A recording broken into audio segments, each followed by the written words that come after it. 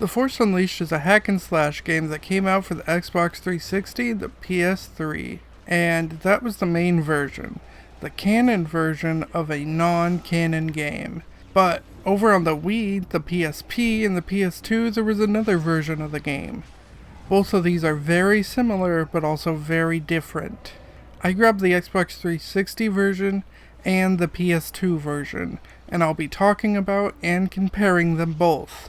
So our story starts out with Darth Vader killing a shitload of Wookiees, and for some reason it's night on the PS2 version and day on the 360, and I'm not sure why that change was made, but this is your basic tutorial of how to do shit.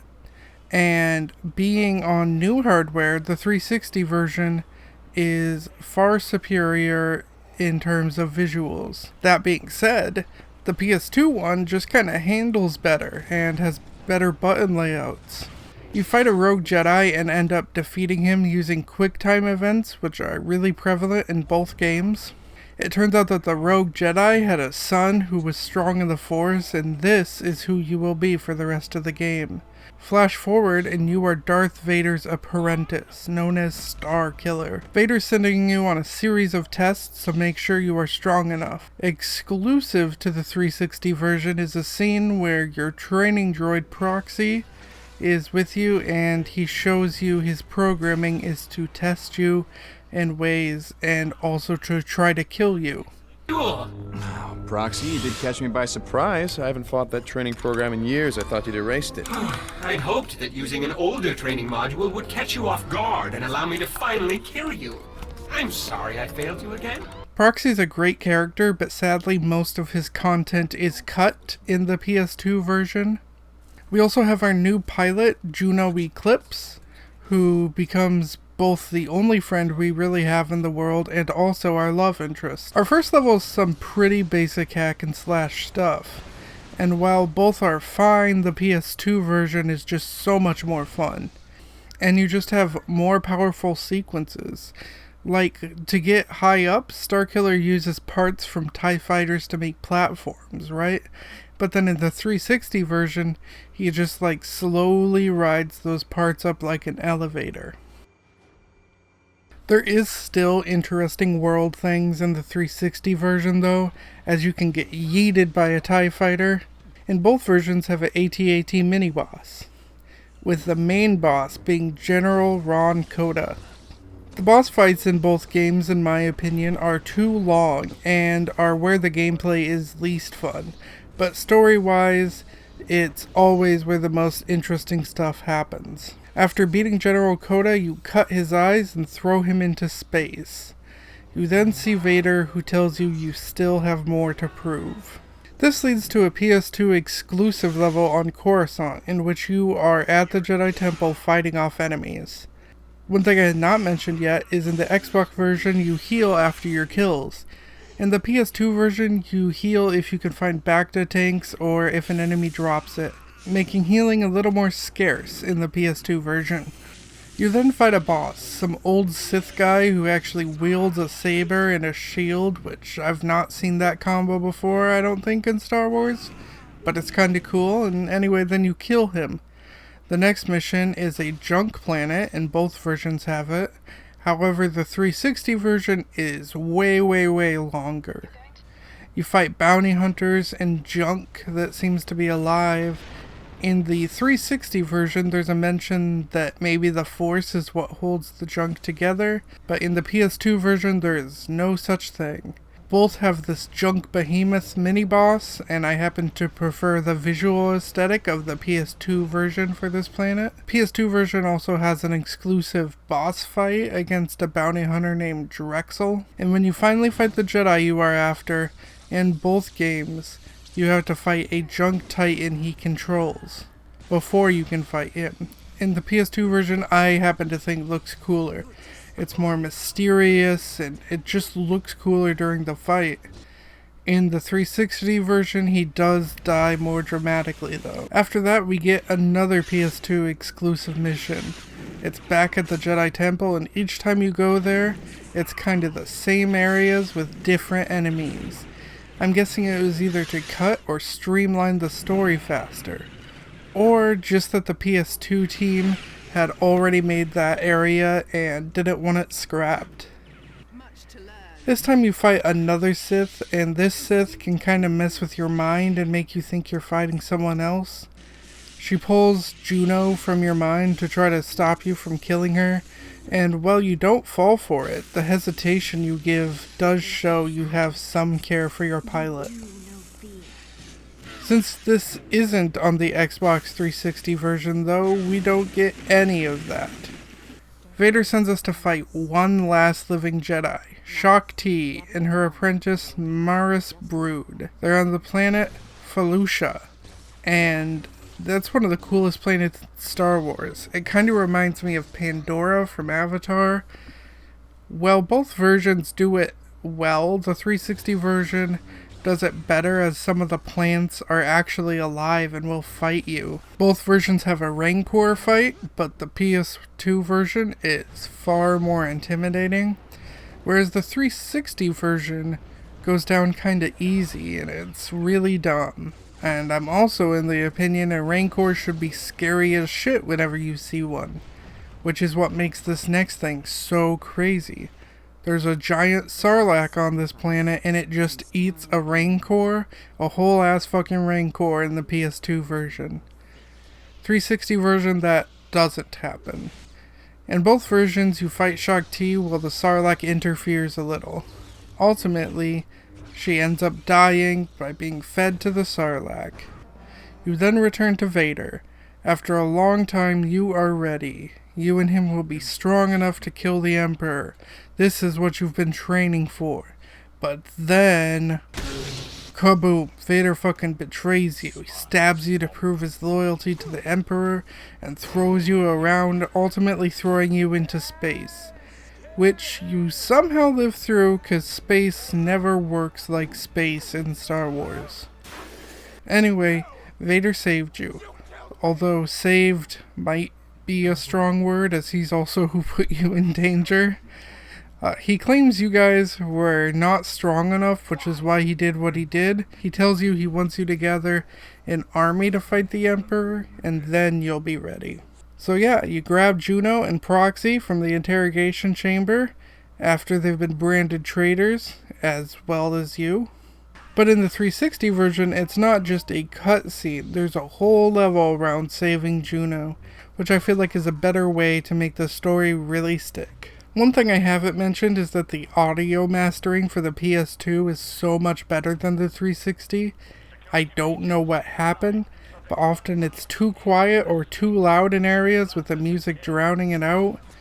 I'd show you the audio difference, but the Star Wars music is playing during like all the cutscenes, and so that's why I haven't really been showing any for copyright reasons. But the PS2 is just so much better in the audio department, and also has subtitles, which for some reason the 360 does not. The 360 also has this cutscene with a villain named Captain Stern, who has captured Princess Leia. He's in both versions as a boss, but only the 360 version gives him screen time as a character. He's basically just like super racist, and he's making Wookiees slaves, and he's also really cruel to animals. Then we go to General Kota, who's alive because space never works like space in Star Wars. And he's drunk at a table. We then recruit him for our cause to fight the Emperor without telling him who we are, and he doesn't know because he's blind now. But in the PS2 version, it's not just a cutscene. It's a whole level going through bars and fighting aliens trying to find Kota, and it's one of the best levels in the game with a lot of different alien species and cool environments. Then we grab Kota. By the way, if you ever cosplay as Kota and you want to talk like him, the key is to end every other sentence with the word boy. Nobody fights the Empire and wins, boy! You also have to fight the Shadow Guard, who's a reoccurring boss in both games at various times. Now the 360 version does have its own exclusive, and that's leaving with Kota to get to the ship, which is against the Empire and isn't as exciting but is still cool. and that's where you fight the 360 Shadow Guard. In the PS2 version, after every mission, you get to chill in your ship, and this is an interesting menu that adds characters and new voice lines and such in between missions. It's a really cool way to do it. The 360 version, however, doesn't do it and just jumps straight into missions one after the other.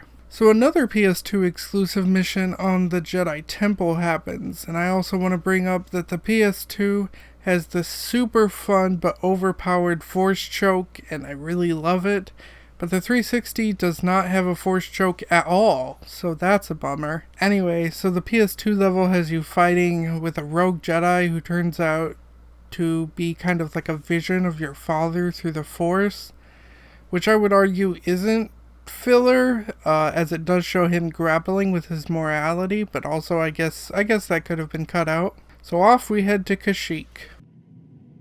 Patience, boy. The 360 version has us fight our father Vision on Kashyyyk, which again streamlines the story more. Then in both games you fight through Kashyyyk at different times of day. Once again, I'm not sure why the time of day is changed.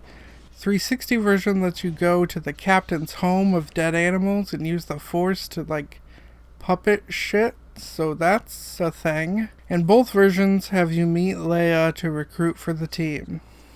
Then you fight Stern in both games, but in the 360 you at least know a little bit about him and have reason to hate him.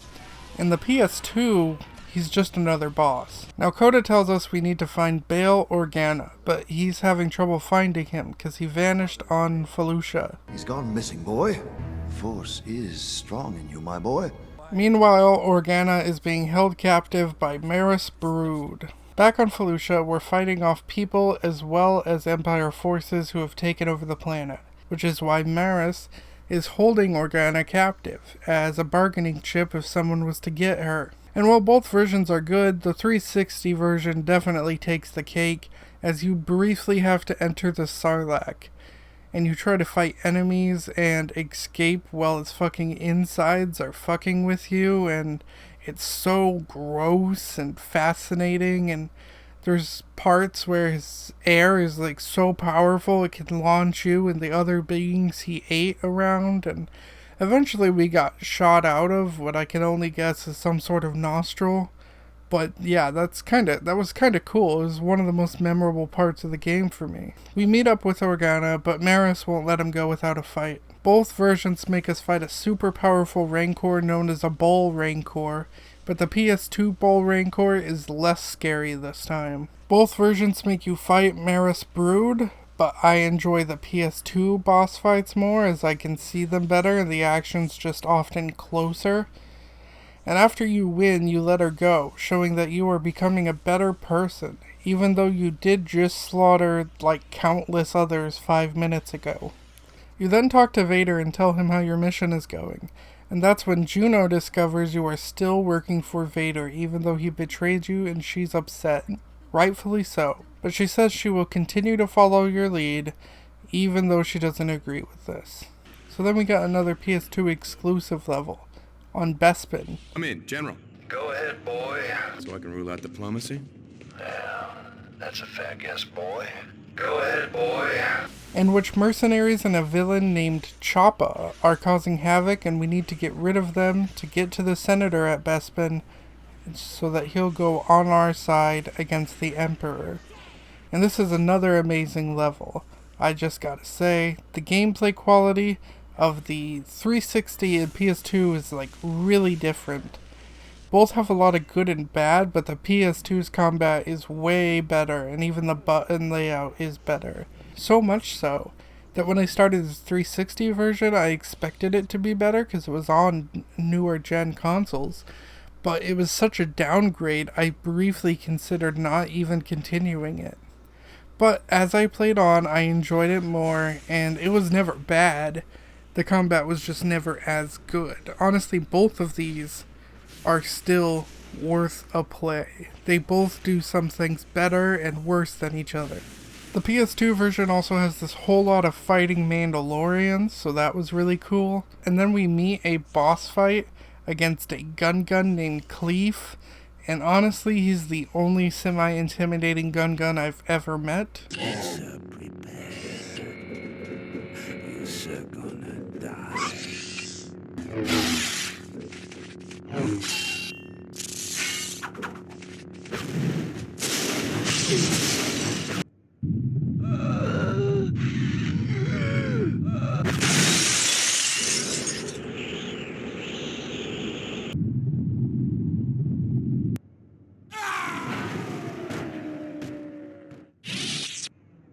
So Choppa happens to be the leader of the Mandalorians, and you have to fight off multiple Mandalorians and his giant robot.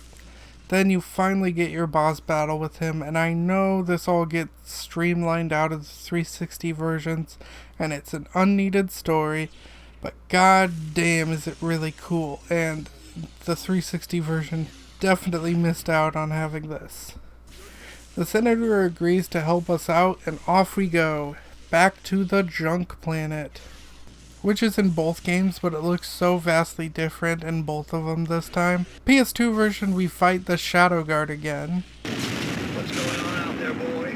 You're insane! It's massive! You're a Jedi, boy. And then we end up stopping a whole ass Star Destroyer in a cutscene. Meanwhile, the 360 version is feeling more like the junk planet we were previously on. And we get our Shadow Guard fight here too. But surprise, in the 361 it's actually Proxy. My onboard tactical computer suggests that this is the best time to attack. I am certain that I will finally fulfill my programming. And he continues to shapeshift and attempt to kill us. He's a very interesting ally and enemy. And it's a shame that the PS2 one doesn't get this goodness. Shut down, Proxy! There's no one inside you that I haven't already defeated. Give me some credit, Master. I have one module you've never seen. An enemy I've studied for years.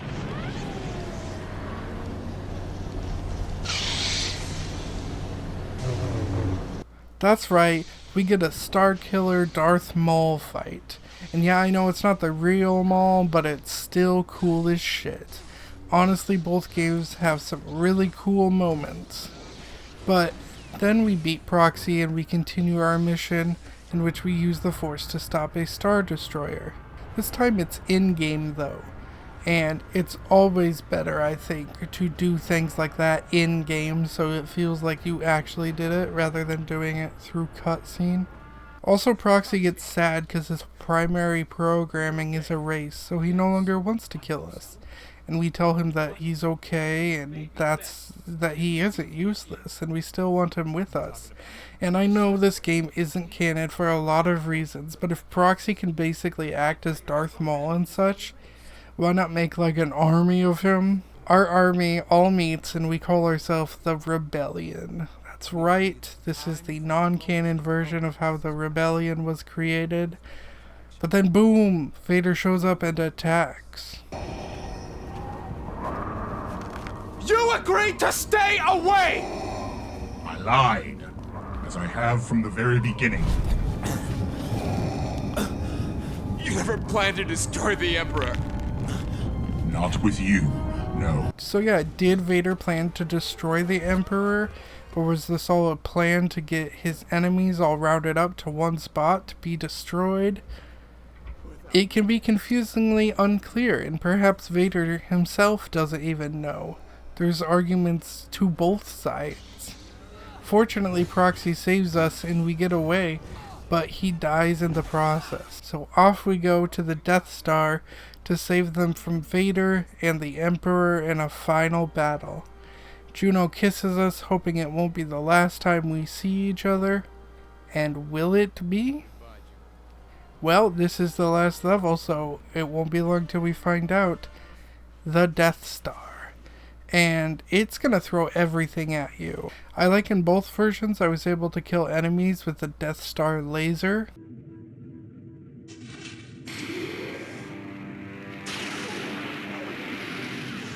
I also want to give one compliment to the 360 combat.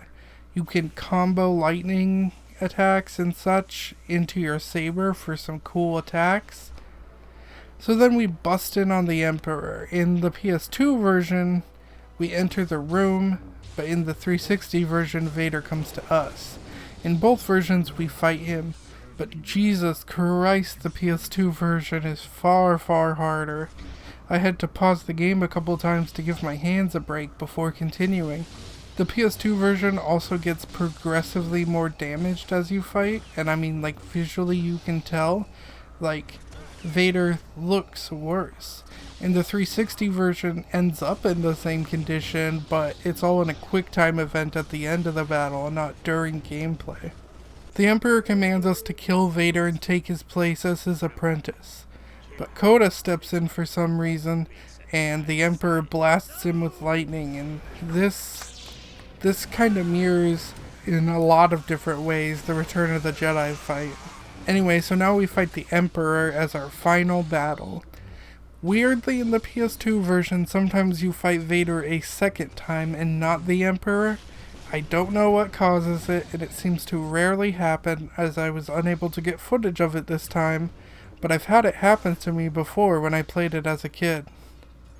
Now again, the PS2 Emperor fight is vastly harder. The 360 version is one of the easiest boss fights, honestly, but the PS2 version is by far the hardest. And they're not like hard, they're just like long, and they really want you to mash those fucking buttons, or you'll get damaged, you know? You gotta be fucking quick. I will give props to the 360 version though. The Emperor's lightning is like more purple tinted like in the original movies. Which, does anyone know why that is? Is the purple tint stronger than blue tint? Or is it just an effect thing that got changed over time to blue? And now sometimes goes back and forth? I don't know. But my guy's lightning is blue and the Emperor's is purple. At last we beat the Emperor. And just as we are about to kill the Emperor, Coda stops us. My guy, my dude, you absolute dumbass, killing the Emperor is what this is all about. He doesn't need a fucking trial or whatever, this is so dumb. To which the Emperor, he responds by blasting Coda with lightning again. 'Cause yeah, no shit, Coda, did you forget he's evil? Did you forget he was literally trying to kill you right before I started fighting him? You fucking dumbass. Anyway, everyone ends up escaping except Starkiller because the Emperor's lightning was too powerful. And, Starkiller dies. I also don't like how cartoonish the 360 version of the Emperor moves compared to how stiff he moves in the films and PS2 version. Vader swears to find and destroy the Alliance, and everyone else agrees to continue the Alliance. Coda goes out and he reveals he knew who Starkiller was, but he still wanted to help, and basically tells Juno that Starkiller loved her. And then it ends. Now, there is also, like, DLC on the 360 versions, but I'm trying to mainly stick to the main story. But also there is this DS version. The positives are that it looks like Jedi Power Battles and follows the same story, basically. But the negatives are that it uses a second screen as a button layout and doesn't actually use the buttons, but instead it makes you poke the second screen with your little stylus to make the powers and attacks happen, and it feels so bad and I hate it. And I refuse to play the whole thing. I played only a few levels. Anyway, both the 360 and the PS2 version have their merits. I think I like the PS2 version better, but both of them have their pluses and minuses, and now you can decide which one it is you want to play. And alright, let's go talk about the sequel now. That's right, there's a sequel. How do you have a sequel where the main character died? Well, by making him a clone. And why did Vader clone him? To fight the Emperor again. So what the hell is Vader's plan? Is it to destroy the rebels? Or is it to fight the Emperor? Again, does he even know? Vader tells us to strike down this fake Juno, and we say no, and we try to escape him. Turns out we're on Kamino, where the clones were created, and my god, are we so powerful now. On top of that, the gameplay is even better than the first in my opinion, and we have 2 lightsabers. We can just demolish TIE fighters like nothing. Gonna say though, the levels are way too long here. There's far less levels in this game, so I guess that's why, but they're so insanely long before you move to the next level each time that it just has a really weird pacing. So on to our next level, we are off to save Coda. We also have these new animation kills, but there's only 2 animations, so it gets like not as cool really fast. After way too much fighting, we find Coda, and he's being forced to fight in an arena against beasts. We go save him, but then they send out a huge ass monster known as the Gorg, and it eats a Rancor to show how big it is. Which, yeah, that's cool, but we just saw in the first game a Sarlacc eat a Rancor, so the impact is less. This makes Rancors feel not as big and bad if everything is big and bad, you know? Even still, the Gorg is huge and menacing, and is often one of the only 2 things I remember from this game. Also, Starkiller basically doesn't act in this game anymore. Like, he still acts, but now he just yells all of his lines, I swear. It's really annoying. The Gorg ends up really not being so tough for his enormous size, but I guess that's fair as this is your first real boss level. So we escape and Coda tells us, hey, we aren't a clone, we're probably the real one. How would we know? And either he's trying to make us feel better, or he actually does have faith we aren't a clone. But it does present this whole like, ooh, are we a clone? Are we not a clone? Did we die? Did we not die? We don't know. We also like briefly see Yoda, which I have an issue with, because why does everything in Star Wars have to be so connected? Star Wars is a huge galaxy. Why do all the characters have to know each other? Every character we meet, he's gonna meet the other Star Wars characters. That's just how it is for some reason. It makes the worlds feel so much smaller than they really are. Fortunately though, this is still non-canon. So yeah, due to our time in Dagobah, which isn't even a level, it's like a few steps and then a cutscene, we see visions that Juno is alive, so we want to find her. It also turns out Proxy's alive. How? I don't know. And he was gonna explain, but Starkiller had to remind us he really only cares about Juno. It's a very long story. Captain Eclipse and Senator Organa, they found Juno! Where's Juno? So we play through this long level, fighting off enemies and solving puzzles for what feels like forever. Just begging for story. Any story. At last we get some. Boba Fett, he's here. He takes Juno away. And I hope you like seeing Boba Fett, because that's it. You will not fight him or see him again. What follows is enough fighting for me to order a pizza, get a pizza, eat the pizza, and then still not be done. It's not that the fighting is bad, but there's not a lot to break it up other than a couple puzzles, I guess, but like not enough story, not enough things happening, you know? I mean, Fallen Order also, like, doesn't have a lot of story happening in between certain parts, but there's still enough where, like, it's still interesting the whole time, and the fights can be interesting the whole time, but this feels repetitive and mundane and stuff, you know? If it at least changed levels, maybe that could make it different. But yeah, no, we have a boss fight so unmemorable. I forgot I fight him, and even after I finish this video, I doubt I'll remember him. And this is part of the script that I'm talking about here. And while reading this to this microphone, I don't remember what I'm talking about. After that, we go to Camino, and this is the last level of the game. That's right, we're already at the last level. But don't worry, it's not over yet, because this level is hours long. The whole scene of landing on Camino, I will admit, is really fucking cool though, despite the many reasons we should probably be dead. From here, Coda and Proxy are basically just voices in our intercom, and that's about all the story they get.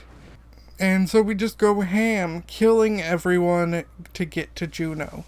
Also, our lightning is purple now, so again, does that mean it's stronger than the blue?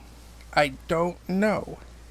Anyway, it turns out we really are just a clone, which I would have liked if they just left it vague so we never know. But yeah, no, there's just a bunch of clones of us, and we have to kill them, and we have to fight Vader. Unlike in the first game, this fight is not really hard. This is an easy Vader fight. It's just really long, and you better not accidentally fall off a ledge or you will start from the very beginning. Vader threatens to kill Juno if we don't serve him, and Juno, doesn't even barely get to speak. She's, not really even a character in this game, and more of a prop, and I hate it. I honestly don't like the story of this whole game. We agree to serve him, but Juno attempts to kill Vader, and then he kills her, which honestly sucks. So now we fight Vader while we're angry and using our rage mode that I forgot to mention we had, and after we beat him, we are about to kill him, but then guess who stops us? Coda. Coda stops us? This dumbass is never gonna learn. He didn't learn the many times we went to kill someone and then they blasted Coda instead. Anyway, Coda's like, don't kill him yet. Let's get the Emperor's secrets first. Does this shit-headed fuckface never learn? But anyway, this culminates in 2 endings we can have. The bad ending is what I chose, and this is to kill Vader. But by choosing this, you die. Not Vader, he doesn't die. That's right, a different Star Killer kills you. I guess a perfected Star Killer kills you. Maybe the real one, maybe not, we don't know. Somehow Coda and everyone else didn't notice him, and then he kills Coda. So, what the hell was that? I didn't really even kill Vader. My choice made me die. It was kind of stupid. Because, if I choose to live, Starkiller's just not there to kill me? Anyway, as for the good ending, you spare him, and then you go see if Juno is okay, and she is. She lived through that, I guess. And now she's dating a clone of her ex-boyfriend? Maybe. Yeah, and Vader's captured. But also, Boba Fett might be coming if a 3rd game happens. But it didn't. Overall, the game had gameplay down just fine. The gameplay was good. But in terms of story and level design and such, it was just like a directionless mess that wasn't very good, and definitely needed a lot more time in the oven before it was released.